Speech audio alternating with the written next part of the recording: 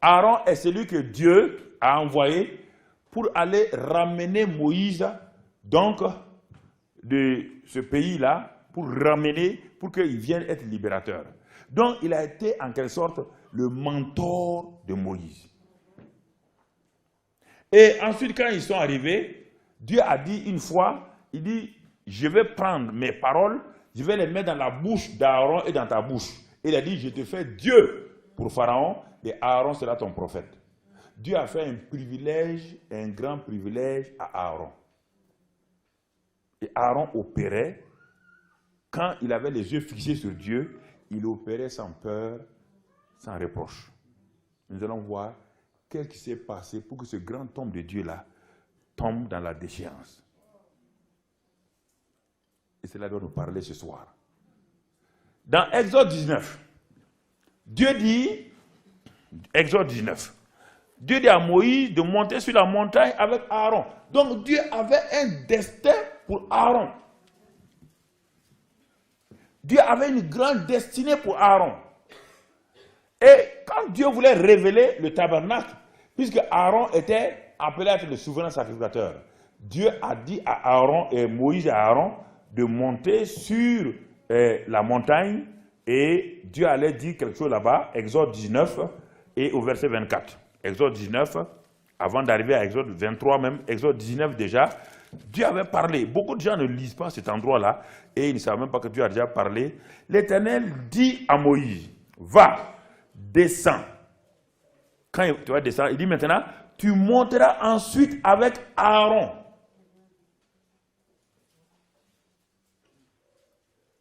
Moïse était seul là-haut. Dieu lui dit, descends.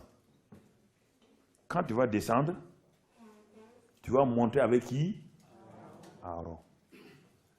Et si vous lisez, dès qu'ils sont montés, Dieu a commencé à donner les 10 commandements. Mais beaucoup de gens, quand ils lisent là, ils croient que Moïse était seul. Non.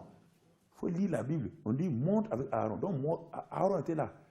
Au premier niveau, il y avait Moïse, Aaron, et au second niveau, il y avait Josué, qui était sur la même montagne, mais n'était pas au même niveau que Moïse. Si vous lisez, quand Moïse va descendre la montagne, il va rencontrer qui? Josué. Mais où est parti Aaron entre-temps? Où est parti Aaron?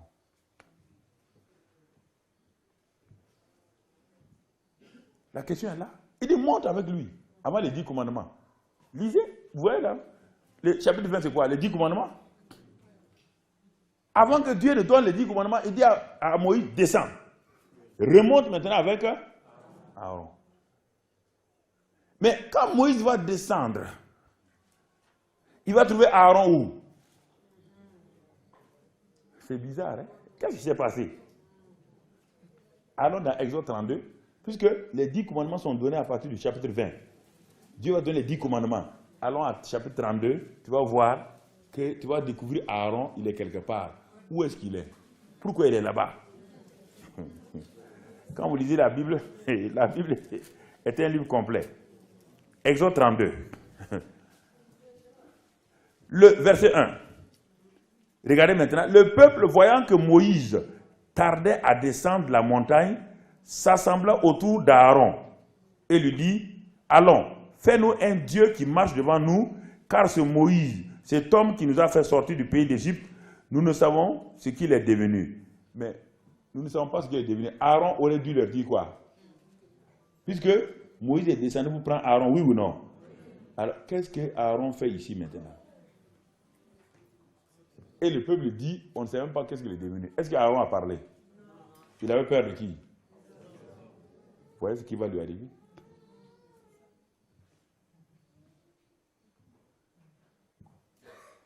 Qu'est-ce que tu fais ici, Aaron? Est-ce que Josué était là-bas? Non. Qu'est-ce qu'Aaron fait là? Quand est-ce qu'il est descendu? Je vais vous dire quelque chose, frère. Quand les gens se tiennent dans la présence de Dieu, écoutez-moi, frère, la présence de Dieu est terrible quand Dieu se tait dans le silence. Rares de gens supportent le silence de Dieu. Par le silence de Dieu, vous amène vous-même à rentrer où? en vous-même. C'est ça, non? Le silence, quand Dieu ne vous parle pas, vous êtes obligé de rentrer et de vous examiner aux yeux de qui? Tout le monde aime être avec les gens pour se comparer aux autres. C'est facile de me comparer à ce frère-là quand je vois ses défauts et que moi j'exerce toutes mes choses. C'est facile, non? Mais quand il n'y a personne, tu vas te comparer à qui? Il n'y a que Dieu qui reste, non? Et tu as envie de te comparer à Dieu? Beaucoup de gens, c'est pourquoi ils n'aiment pas le silence, la prière silencieuse. Ils aiment le bruit. Ils aiment le bruit. Beaucoup de chrétiens aiment le bruit. Aaron est descendu entre-temps. Aaron, il ne peut pas supporter. L'autre jour, on a dit, Moïse a fait combien de jours sans que Dieu lui parle? 6 jours. 6 jours, il est dans la quoi? Dans la gloire de Dieu. Écoutez, je vais vous donner un simple exemple. Une petite expérience que j'ai vécue. Il y a plusieurs années, j'étais directeur d'entreprise. Je prenais un jeune avec moi pour prier. Ce vendredi soir, quand j'ai fini le service, le samedi étant libre, j'ai dit, bon, viens, on va faire la veillée. J'avais une chambre où je priais. J'aimais la présence de Dieu. Et je l'ai amené dans cette chambre-là. Nous avons commencé à prier à 22h, 23h, minuit, 1h, 2h. Vers 2h, 2h30, au moment où nous continuons à prier, la présence de Dieu descend dans la chambre tout doucement. Tout doucement, brusquement, il y a une lumière glorieuse qui remplit la chambre et qui descend, qui descend, qui descend. Comme lui n'est pas habitué, quand la présence de Dieu est descendue comme à 1 mètre du sol, moi j'étais aplati sur ma face. Et lui aussi, il s'est aplati, mais il était de l'autre côté. Et cette présence de Dieu n'est pas restée très longtemps, sinon on va avoir des problèmes. La présence glorieuse de Dieu, frère, mais tout ton cœur fait bougou, bougou, et tu ne peux plus parler. Alors, cette présence étant forte, j'ai senti à un moment donné que le jeune homme a saisi ma ceinture. J'étais couché, il était couché. Mais j'ai senti qu'il a envoyé sa main saisir ma ceinture. Et avec force. Mais dans mon cœur, je parle pas. Qui va parler? La présence de Dieu étant là. Alors, et puis à un moment donné, au bout de 15 minutes, la présence de Dieu, comme on éteint l'écran d'un téléviseur, quand vous étiez, ça fait...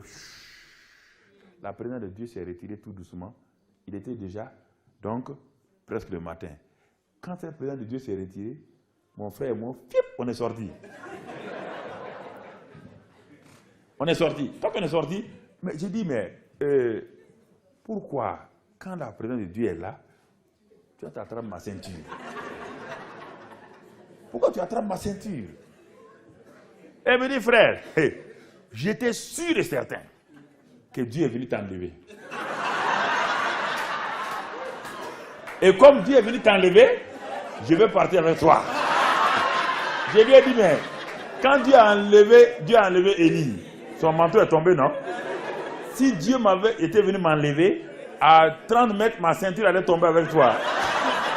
Et dit, en tout cas, lui était sûr que Dieu est venu m'enlever, et lui, il a attrapé ma ceinture. Il dit, mais et ta femme et tes enfants? Il dit, non, ce n'est pas un problème. Il m'a attrapé aussi. Ce qui est important, lui m'a attrapé. Vous voyez, frère? C'est pour vous donner. Alors, écoutez, voici, nous avons senti que la présence de Dieu pendant 15 minutes. Moïse a vécu là-dedans 6 jours. Est-ce que Aaron pouvait supporter ça? Il est descendu. Rapidement. Il préfère la présence des hommes.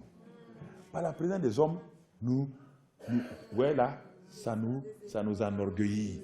On dit, mais il n'y a pas un homme de Dieu comme toi, on est content. Il n'y a pas une femme de Dieu comme toi, on est content. Mais quand on est devant Dieu, est-ce que Dieu dit ça? On a vu quelqu'un, on a envie d'entendre les choses. C'est notre cœur. Notre cœur, au contraire, fait quoi? Notre cœur nous condamne. On n'aime pas ça. Et dès qu'Aaron est descendu dans la vallée, les gens viennent vers lui dire, ils n'ont même pas dit ton grand frère, hein? Il dit, c'est ton Moïse là. Où il est parti? Donc, ils ont commencé à valoriser qui? Et quand on valorise quelqu'un, en réalité, il aime ça, oui ou non? Même si c'est ton grand frère, quand on te valorise, tu aimes ça, oui ou non? Est-ce qu'Aaron a dit non, laissez le grand frère et le petit frère tranquille? Est-ce qu'il a dit ça? On dit non, mais où il est parti? L'homme là, l'homme qui nous a conduits là, on ne dit même pas son nom, hein? On dit mais l'homme là, où il est parti? Il nous a abandonnés. Il sait qu'il ne peut pas, il a fui. Mais Aaron était là-haut. Est-ce qu'Aaron a dit qu'il lui a quitté la présence de Dieu? Il n'a pas dit ça. Et ils vont lui faire une proposition. Alors ils lui ont dit, bon, comme Moïse n'est pas là, et que toi tu es là, ce n'est pas difficile. Qu'est-ce qu'ils lui ont dit?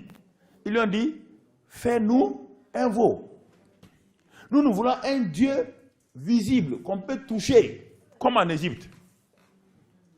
Et Aaron a donc dit aux gens, enlevez tous vos trésors, enlevez tous vos bijoux, et il a fait le veau d'or. Dès qu'il a fini de faire le veau d'or, il a osé imaginer, écoutez frère, la peur des hommes va vous faire tomber dans une hérésie terrible. Qui a parlé à Aaron dans le désert? Dieu. Est-ce qu'il a vu Dieu? Qui l'a établi prophète? Ce n'est pas Dieu. Quand Aaron est rentré dans la maison de Pharaon avec Moïse, il a vu la puissance de Dieu, oui ou non? Oui. Il a vu les miracles, oui ou non? Oui. Aaron a vu la mer rouge s'ouvrir, oui ou non? Oui. Alors comment un homme qui a vu tant de miracles peut s'arrêter et faire un veau en fonte et dire, ô Israël, voici votre Dieu? Il a eu peur de qui?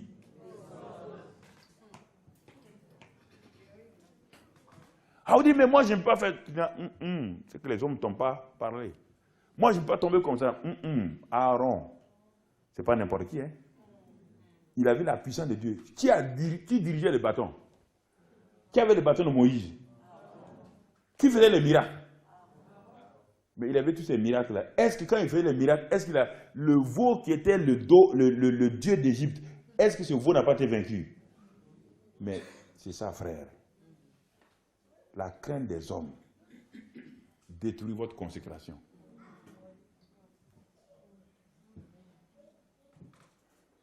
Il savait bien que ce veau-là n'est pas Dieu. Mais les gens lui ont dit, fais-nous un Dieu. Et les gens vont vous imposer leur point de vue en vous disant, pasteur, nous ne voulons pas que dans cette église-là, tu dises que Dieu fait des miracles. Et le pasteur se tient tranquille et il sait que ce n'est pas normal. Les gens sont dans l'église, ils disent au pasteur, on ne veut plus. Tu sais, nous sommes une église purement évangélique, pure et dure. Nous ne voulons plus ces manifestations ici. Nous ne voulons même pas qu'on parle en langue. Nous n'aimons pas ça ici. Sinon, mon frère, pasteur, tu vas aller chercher ton salaire ailleurs. Et le pasteur se calme et les dons se calment avec lui. Et il est assis maintenant, il obéit aux hommes. C'est ça. La crainte de l'homme paralyse vos dons et vous enlève l'autorité. Devant le Satan, vous n'avez plus d'autorité. Il n'a plus peur de vous. Alors, si vous dites que vous êtes consacré et vous ne craignez pas Dieu, votre consécration n'est pas réelle. Dieu vous a dit que lui, quand vous le craignez, lui vous élève, il vous garantit le succès. Il dit que la crainte de l'homme, ça vous met des pièges. Ça a mis un piège à Aaron, oui ou non? Quand Moïse est descendu, il a dit, comment tu as pu te faire ensorceler par ce peuple-là? Il a dit, non, mais ce n'est pas moi. Tu sais, les gens, ils sont durs, hein? Ils sont ici. Donc ça veut dire quoi? Il a commencé à accuser tout le monde.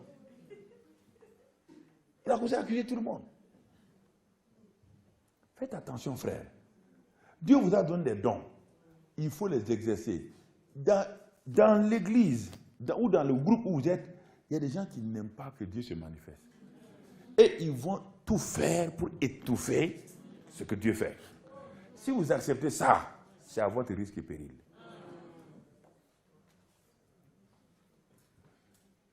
C'est à votre risque et péril. Votre vie, votre ministère seront pris en otage. On va aller rapidement après Aaron. Regardons un autre homme de Dieu et une autre personne. Saül. Regardons Saül. Saül a été établi comme roi. Si dans 1 Samuel 10, on ne va pas le lire, 1 Samuel 10, verset 1 à verset 8, Samuel est venu oindre Saül comme roi. Saül n'était pas un mauvais roi, frère. Les gens croient que Saül n'était pas un mauvais roi. À l'époque, c'était l'homme que Dieu a trouvé. Dieu ne se trompe pas, frère. Les gens disent, ah, mais Dieu s'est trompé après. Non, Dieu ne se trompe pas. Il n'y a pas aucune erreur en Dieu. Il était l'homme de l'époque. Mais ce qui va trahir Saül, c'est son propre cœur. Donc, Dieu dit à Saül par la bouche de Samuel, dans 1 Samuel 10, verset 8, il dit, moi, tu as vu les signes qui se sont passés. Tu as reçu un nouveau cœur. Tu as reçu l'onction. Tu as prophétisé. Tu as vu tous ces signes se passer. Le verset 8 dit, maintenant spécifiquement, le verset 8 dit, va à Gilgal. Attends-moi là-bas jusqu'à ce que je vienne et que je te dise, va attendre 7 jours jusqu'à ce que je vienne et que je te dise ce que tu dois faire. Ça, c'est la parole de Dieu. Donc, Dieu vous donne l'ordre de mission. Dieu vous a parlé. Saül a pris cette parole, est allé effectivement à Gilgal. Et quand il est arrivé à Gilgal, à un moment donné, qu'est-ce qui se passe? Les Philistins, Satan va toujours venir. Satan veut vous intimider. Il a intimidé Ève et Adam. Il a donné son opinion et Ève a accepté l'opinion de Satan et il a communiqué l'opinion. Il a donné son opinion à Noé. Il a donné son opinion à Sarah en lui disant, dis à ton mari de prendre cette jeune fille Agar. Et aujourd'hui, le Moyen-Orient est toujours en bagarre avec cette situation-là. Vous comprenez? Il a donné à chacun. Il a donné à chacun une opinion. Et l'opinion que vous avez, frère, des hommes, si vous l'acceptez, ça va créer un problème qui va vous déranger toute votre vie. Quand Abraham regarde le ciel un peu, s'il pouvait regarder le ciel, quand il voit la guerre du Moyen-Orient, il ferme, il dit, Dieu, ferme vite. Dieu, mais pourquoi? Il dit, ah, c'est ça, c'est Sarah là. Hein? Il m'a donné la fille là. Hein? Moi aussi, je ne voulais pas refuser. Tu sais, les vieux ne refusent pas les jeunes filles. Hein?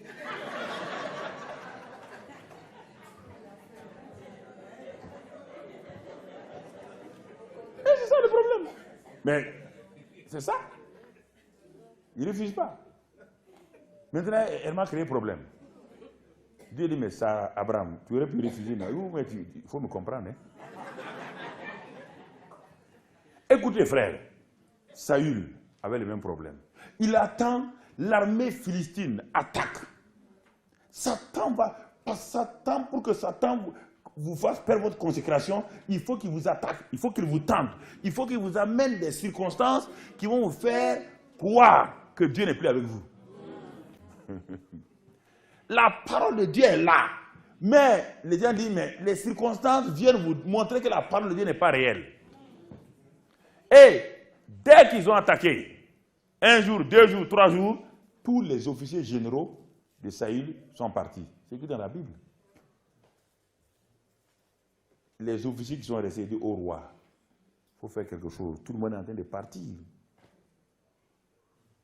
Tout le monde est en train de s'enfuir. L'armée est démoralisée. Chef, fais quelque chose pour ramener l'armée.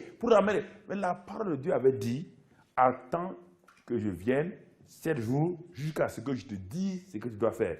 Cela veut dire, quelle que soit la guerre, il sortira vainqueur. Amen. Quelle que soit la guerre que vous menez contre Satan, vous êtes déjà vainqueur par Jésus-Christ. Vous êtes déjà vainqueur. Plus que vainqueur. En vous appuyant sur l'œuvre achevée de Christ. Ne regardez pas les circonstances. Ne regardez pas les événements autour de vous. Ne regardez pas le vent. Ne regardez pas les tempêtes. Appuyez-vous sur le roc séculaire de la parole de Dieu. Enracinez-vous sur la parole de Dieu. Restez, Dieu a dit. Satan a essayé d'ébranler Jésus. Il a dit, Satan, il est écrit. Dieu a dit, un point, un trait, c'est fini. Satan a mis sa queue, il est parti. Restez sur la parole. Ne laissez pas vos sentiments, l'opinion des gens vous ébranler. Restez sur la parole. Donc, Saül est resté là, ouais, là, il est sous l'opinion des gens, et brusquement, les 7 jours sont arrivés. Il a dit, ah, tiens, Ah, Dieu ne m'en voudra pas. Les 7 jours sont arrivés. Mais est-ce que la parole est complète? Il a dit quoi? 7 jours jusqu'à ce que...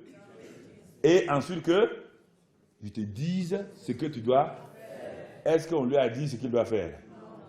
Est-ce qu'il est arrivé? C'est le problème.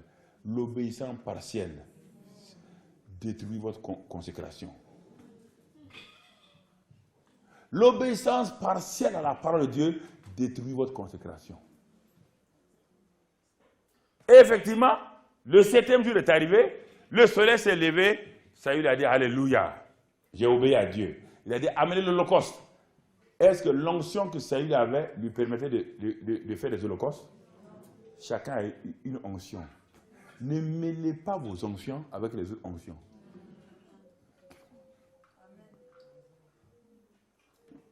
Écoutez-moi très bien. Dans le corps humain, j'aime donner cet exemple-là, parce que les gens très sensibles, quand je donne ça, ça les choque. Mais je vous donne ça, je ne veux pas être hypocrite avec vous. Dans le corps là, dans le corps humain, il y a le trou d'en haut, il y a le trou d'en bas. Oui ou non? Oui. Les 2 trous sont importants. Le trou d'en haut fait quoi? Le trou d'en bas fait quoi? Il dégage. Mais si vous dites que le trou d'en haut seulement est important, vous mangez, et le trou d'en bas ne fonctionne pas, vous allez avoir quoi? Vous allez mourir, oui ou non? Donc c'est pourquoi chaque organe a sa fonction et son onction. Chaque personne a sa fonction et son onction. Moïse et Saül a été établi. Il a l'onction d'être quoi? Roi, pas sacrificateur. Il est parti, il a pris l'holocauste. Il n'a pas l'onction de donner les holocaustes. Il a mélangé les 2 onctions. Et quand il a égorgé, dès qu'il a fini, Samuel est là. Il dit, que viens-tu de faire? Il dit, vous voyez bien, il va dire les hommes. J'ai attendu 7 jours comme tu l'as dit. Je voyais que tu ne venais pas et que l'armée, les gens avaient des problèmes. Les gens m'ont influencé et j'ai fait.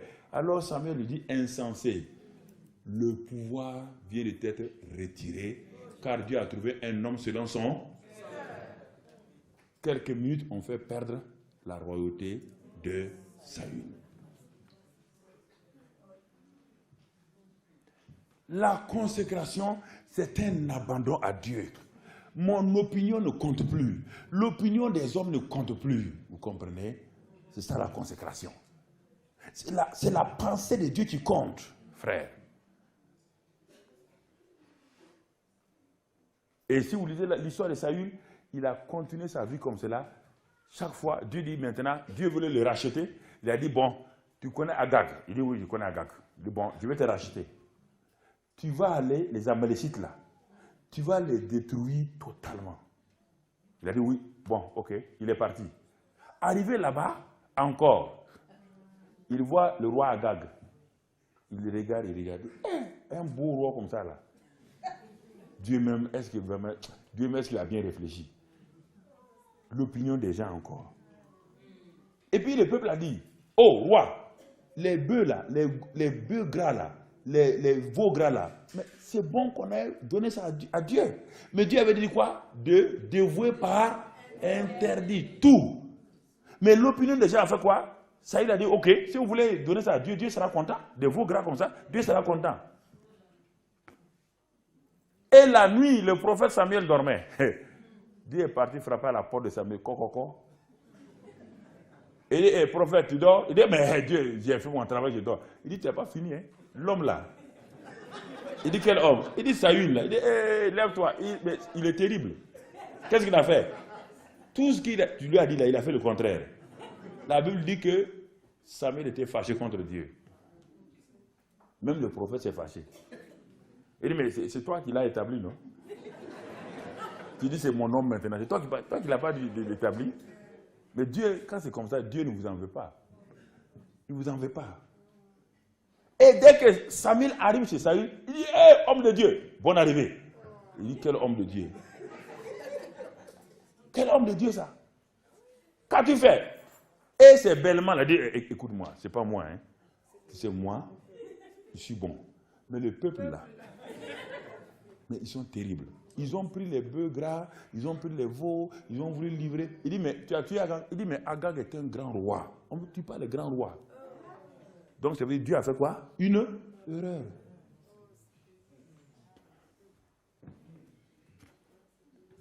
Et Samuel s'est tourné pour partir. Il a dit, bon, c'est fini pour toi.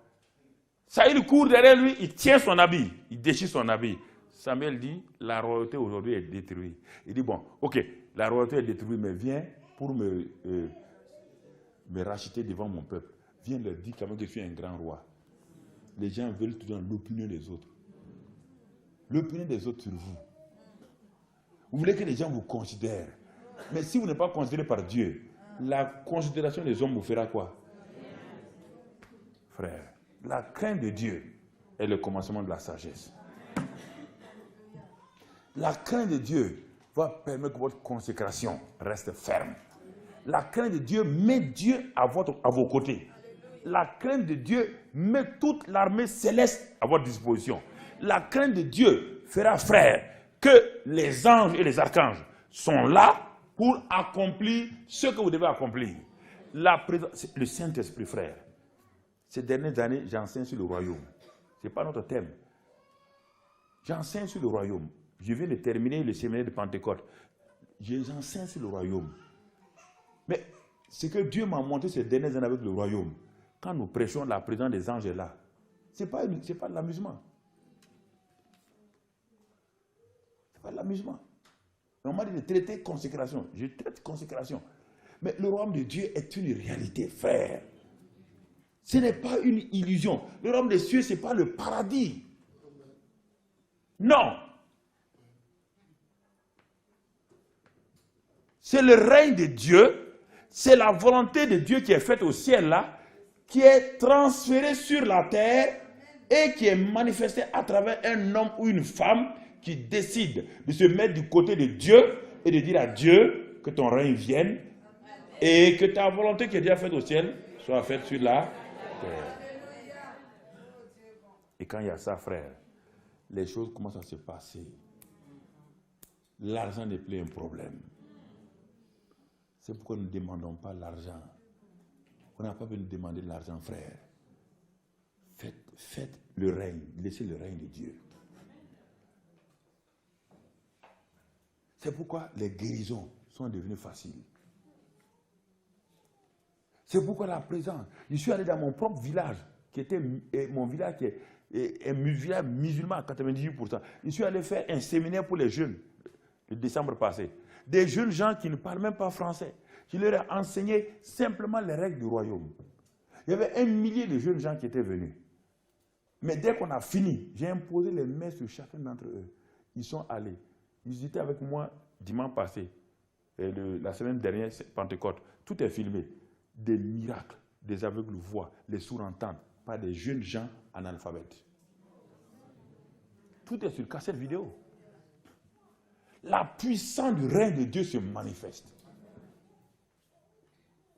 Ce que je vous dis là, ce n'est pas de l'amusement, ce n'est pas de la blague. Dans notre église, nous avons plus 15 nationalités. Nous avons des Américains, nous avons des Français, nous avons des Suisses, nous avons plusieurs nationalités qui sont là. C'est pourquoi on appelle l'église des nations.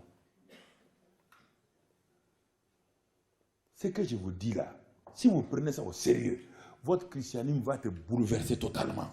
Votre christianisme sera changé. Ce n'est plus le train-train quotidien. Ce n'est plus le christianisme, je vais à l'église, je m'assois et je chauffe les bancs, je me lève, je m'en vais. Non, vous allez commencer à voir que Dieu est réel. Que le règne de Dieu est réel.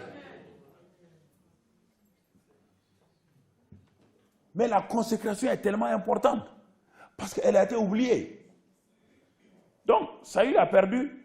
Et si nous regardons David, mais David était un homme selon le cœur de Dieu. David ne faisait rien sans au préalable consulter qui? Le terme consulter est le terme le plus populaire dans la vie de qui? De David.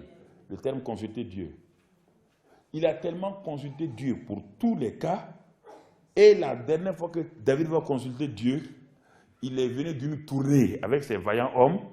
Il revient trouver à Siclac Quand il arrive, là où sa famille résidait avec les familles de ses soldats, il vient trouver que la ville a été balayée, brûlée. Tous ses enfants partis et les enfants de ses militaires partis. S'il n'avait pas appris à consulter Dieu dans les petites choses, est-ce qu'il pourrait le consulter quand c'est difficile?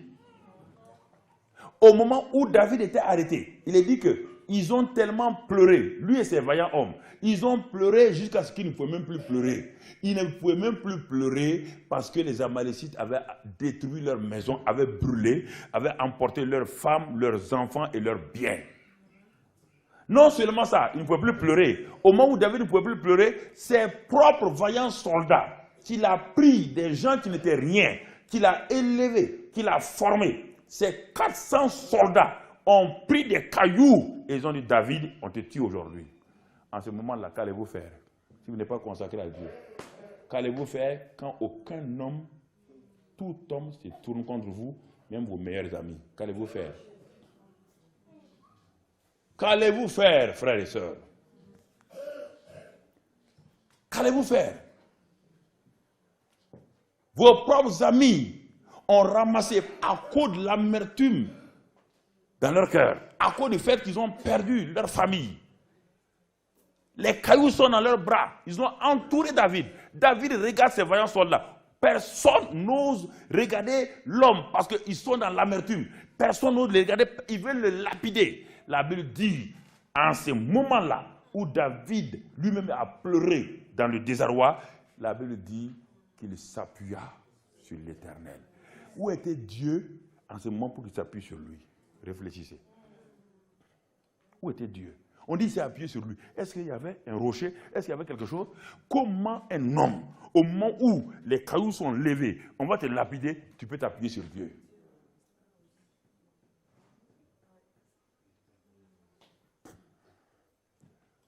Comment tu peux t'appuyer sur Dieu?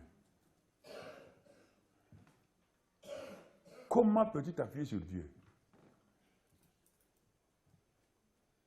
C'est ça que je vous ai raconté l'année passée quand j'étais venu à Pâques. Quand on m'a téléphoné que ma fille est morte aux États-Unis, on dit qu'elle est morte, arrêt cardiaque.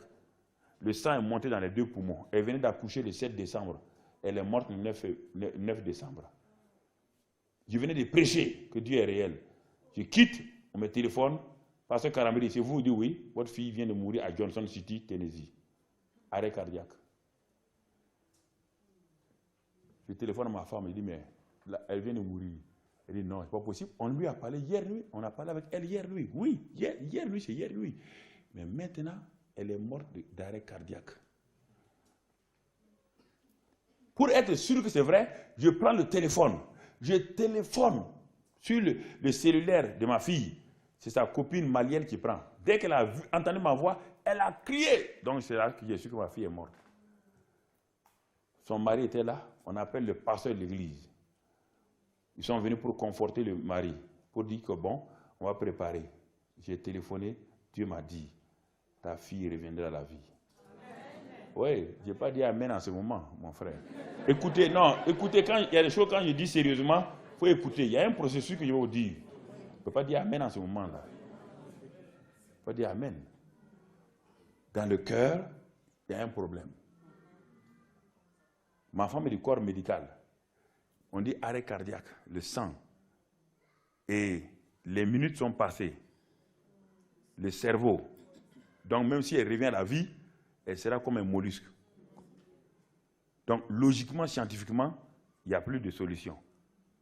Je téléphone, je dis à mon beau-fils de signer une décharge pour dire qu'on ne peut pas enlever le corps.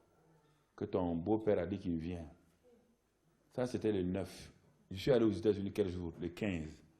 Je suis resté, j'ai fait mon séminaire au Burkina. Le 15, j'ai pris Royal Air Maroc. Je suis arrivé à Atlanta. Le dimanche, j'ai fait le séminaire, j'ai prêché là-bas. Nous avons une église à Atlanta. Nous avons ouvert une église à Atlanta. Mais quand je prêchais, tous les chrétiens me regardaient.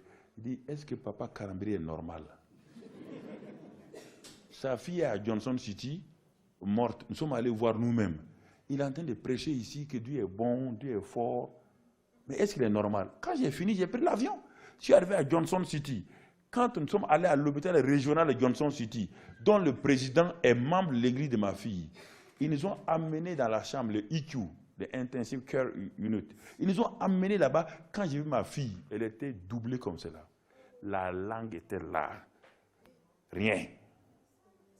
Satan m'a dit, les médecins m'ont dit, on l'a gardé pour que vous voyez. L'opinion des gens sur moi était là. La pensée des sataniques était sur moi.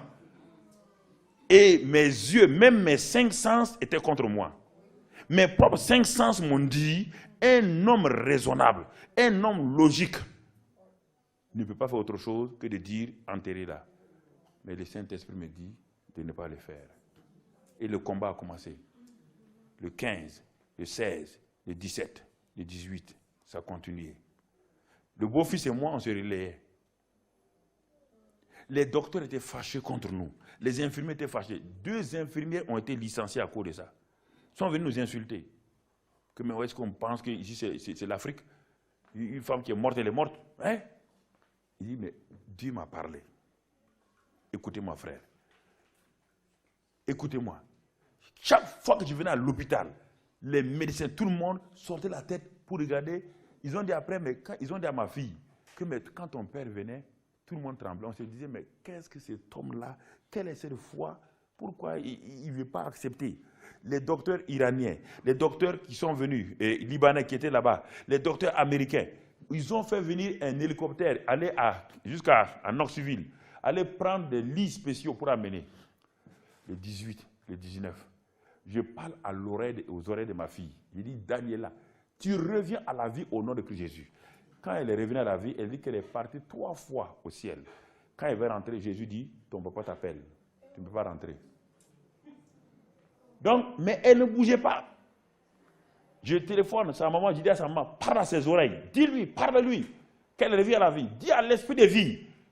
On a parlé ainsi. Le 31, le 1er janvier, j'ai dit, bon, à son mari, Dieu m'a dit, ta femme va revenir à la vie. Moi, je m'en vais, parce que j'ai un séminaire en début d'année. Le 3 janvier, au moment où je me préparais pour aller prendre l'avion, je suis venu, j'ai dit maintenant, Daniela, tu ouvres tes yeux. Elle a commencé à ouvrir ses yeux. Elle a commencé à parler un langage bizarre, puisque le cerveau. Les gens, ils sont venus me dire, bon, ce que vous avez fait, c'est bien, mais elle ne pourra jamais marcher, elle ne pourra jamais vivre, elle sera un mollusque. L'intimidation a commencé à se manifester. L'intimidation. J'ai dit non. Il dit il reviendra. Le président de l'hôpital est venu me voir spécialement. C'est un chrétien. Et le jour que je devais partir, j'ai demandé aux anesthésistes, parce qu'ils avaient mis dans sa gorge l'oxygène, puisqu'elle ne respire pas, l'oxygène était envoyé. J'ai dit de venir enlever ça, qu'elle va respirer. Mais c'était un problème. Le pasteur est venu, les anciens de l'église sont venus, on a dit d'appeler tout le monde. Le gars est venu avec ses bouteilles d'oxygène et tout, il avait tout, ils se sont préparés, ils rentraient dans la chambre. Ils ont dit de sortir. Parce qu'ils enlèvent ça, puisqu'elle ne respecte pas elle-même, les machines, j'ai regardé les trucs là, qui étaient dans la chambre. S'ils enlèvent ça, si ça s'éteint, c'est fini. Ils ne vont plus le mettre. Son pasteur m'a dit que lui, quand j'ai dit d'enlever ces machines, lui, il avait peur. Il dit son cœur était... On est parti s'arrêter et j'entendais, je voyais les docteurs qui rentraient. Ils nous ont fait sortir, mais à travers les vitres là, je voyais les docteurs qui s'affairaient là-bas. Le gars s'est approché, il a tiré un peu ce qui était enfoncé là. Il a regardé les machines. Il a tiré encore un peu. Il a regardé. Ils ont mis d'autres machines ici à ses narines pour envoyer l'oxygène. Mais ce qui est dans la gorge là, ils étaient en train de tirer ça. Ils étaient en train de tirer. C'était en train de tirer. Ils étaient en train de tirer. J'ai causé avec les pasteurs, mais personne ne causait avec moi. Tout le monde regardait de l'autre côté. Non, écoutez, Dieu a parlé. Quand ils ont enlevé tout maintenant, ils ont vu brusquement, les machines ont commencé à remonter. Remonter, remonter. Elle respirait par elle-même. Et quand il y a eu ça, donc j'ai dit à son mari, moi je m'en vais, parce que ma fille est revenue, j'ai un séminaire à Ouaga. J'ai pris le Royal Air Maroc, je suis arrivé à Casablanca, j'ai téléphoné. On dit oui, bon, elle parle un peu, mais c'est pas clair. J'ai dit bon, le 5 janvier, j'arrive. Ma femme, on téléphone le matin. Son mari dit, ma femme est en train de se laver à la douche. Le dossier a 500 pages comme cela. La médecine, les gens ont quitté plusieurs endroits. Ils ont dit, c'est le seul cas qu'on a vu où la personne a vécu. Tu entends, mon frère? L'opinion des gens sur moi, la pensée satanique sur moi, devait m'influencer. Eux, aujourd'hui, ils sont en train de... Ils vont finir le livre, là, ils vont l'éditer à Knoxville. Les éditions, le livre, son témoignage. Les docteurs, et elle vient de passer les premiers examens, avec tous des A+, les docteurs ont dit que ce n'est pas possible. Le cerveau a plus fait qu'avant sa mort. Alors, écoutez, l'opinion des gens vous a fait perdre beaucoup de choses. L'opinion des gens vous a fait perdre des choses dans votre vie. On vous a dit, est-ce que toi, tu penses qui tu es? On te dit, mais toi, tu penses ceci ou cela. C'est ça qui a créé des problèmes à tous ces hommes. C'est ça qui a paralysé le jeune Timothée. Et Paul lui dit, mais comment toi, tu peux être un homme rempli du Saint-Esprit avec l'imposition des mains et tu te laisses maintenant l'esprit de timidité venir voler les dons de Dieu? Est-ce que, frère, c'est ça qui fait que notre consécration, que le Saint-Esprit est attristé, ne donnez pas accès au diable. Ne donnez pas accès au diable, c'est-à-dire, n'ouvrez pas vos pensées, n'ouvrez pas vos cœurs à la pensée humaine, ni à la pensée satanique qui va venir voler, influencer négativement ce que Dieu a mis en vous. Prenez position, frère. La crainte de l'Éternel va vous donner de comprendre ces choses-là. Bien-aimés frères et sœurs, on ne va plus aller plus loin, mais le grand Élie, qui a fait le grand combat spirituel qu'on a connu, il a fait descendre le feu. Il a détruit les prophètes de Baal et Astarté. Le lendemain, simplement le matin, il était assis. Isabelle a envoyé une parole. Un homme moins comme Élie, écoutez, un homme aussi consacré qu'Élie. Le matin, on vient lui dire que Isabelle a dit ce que tu as fait à mes prophètes. Aujourd'hui même, demain matin, je te ferai ça. La parole qui est venue sur Élie, il l'a reçue, oui ou non? Quand il a reçu, qu'est-ce qui s'est passé? Toute son assurance est partie. Comment un homme hier a fait descendre le feu, a fait égorger les prophètes de Baal, et ce matin, une simple parole vient. L'intimidation par Satan vous paralyse dans votre vie. Et cet homme de Dieu s'est mis à courir. Et quand on lui a demandé où il va, il dit que lui, il est en train de fuir. Hein? Lui, il a envie de mourir. Mais honnêtement, s'il voulait mourir, il devait attendre qui? Vous avez dit, je vais te tuer, non? S'il voulait honnêtement mourir, est-ce qu'il devait fuir? Il n'avait qu'à rester. Quand on a des problèmes, on ment en plus. Oui, c'est ça. Quand la peur vient, nous mentons pour couvrir beaucoup de choses. Il y a plein de choses que Dieu a voulu faire dans votre vie. Dieu n'a pas changé. Mais il y a combien de choses que Dieu a voulu faire et les gens vous ont dit, si tu fais comme ça, ça n'ira pas. Nous, on pense que c'est comme ça. Combien de choses les gens vous avez laissé voler. Et le Saint-Esprit ne peut pas faire. Si aujourd'hui, le ministère que Dieu nous a donné, si je n'ai pas résisté à la pensée humaine, on m'a dit, tu n'as pas fait école biblique, tu n'as fait aucune formation, comment une économie peut être pasteur, on m'a dit toutes sortes de choses. Mais je me suis assis, j'ai dit, frère, Dieu m'a dit que je suis appelé, Dieu m'a dit d'avancer. Je suis avancé pas à pas. Les gens m'ont combattu férocement. Je n'ai jamais haï quelqu'un, je n'ai jamais fait du mal à quelqu'un. J'ai décidé d'accomplir ce que Dieu m'a dit d'accomplir. Et frère, aujourd'hui, plusieurs d'entre eux qui m'ont critiqué m'ont dit clairement, tu as un ministère. Il dit, mais oui, si je vous avais écouté, je n'aurais pas ce ministère-là. Si je vous avais écouté, les centaines d'églises que nous avons au Burkina Faso, il n'y aurait pas ça. Les dizaines d'églises que nous avons dans les pays voisins, et en Côte d'Ivoire, en Guinée, au Niger, au Bénin, en France et aux États-Unis, toutes ces églises qu'on a ouvertes là, si j'avais refusé, elles ne seront pas ouvertes. Les milliers de jeunes gens que j'ai impactés dans les pays africains, dans les pays de la francophonie, ne seront pas impactés. Si j'avais accepté de m'asseoir tranquillement pour être un simple diacre, aujourd'hui, Aujourd'hui, la francophonie allait manquer de quelque chose.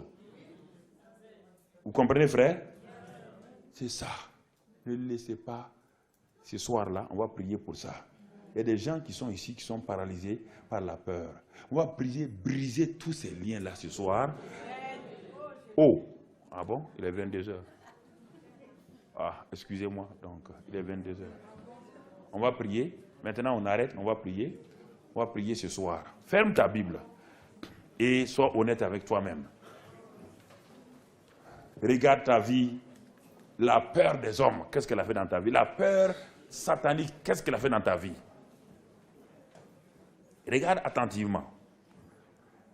Regarde combien de fois tu as manqué, quand Dieu a voulu t'utiliser, tu as manqué. Dieu t'a dit d'aller témoigner à quelqu'un.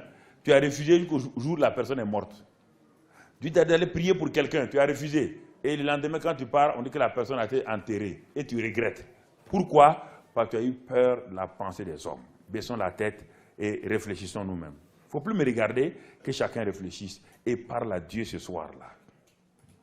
Mon frère, ma soeur, quelles sont les opportunités que Dieu vous a données et que vous avez manquées à cause de la peur du qu'en dira-t-on, de ce que les gens pensent de vous? Si vous vous repentez ce soir en disant à Dieu, Seigneur, je me repens d'avoir manqué ces opportunités, ces occasions que tu m'as données, mais par peur des hommes, du qu'en dira-t-on, je n'ai pas gardé ma consécration. Père, je confesse mon péché ce soir.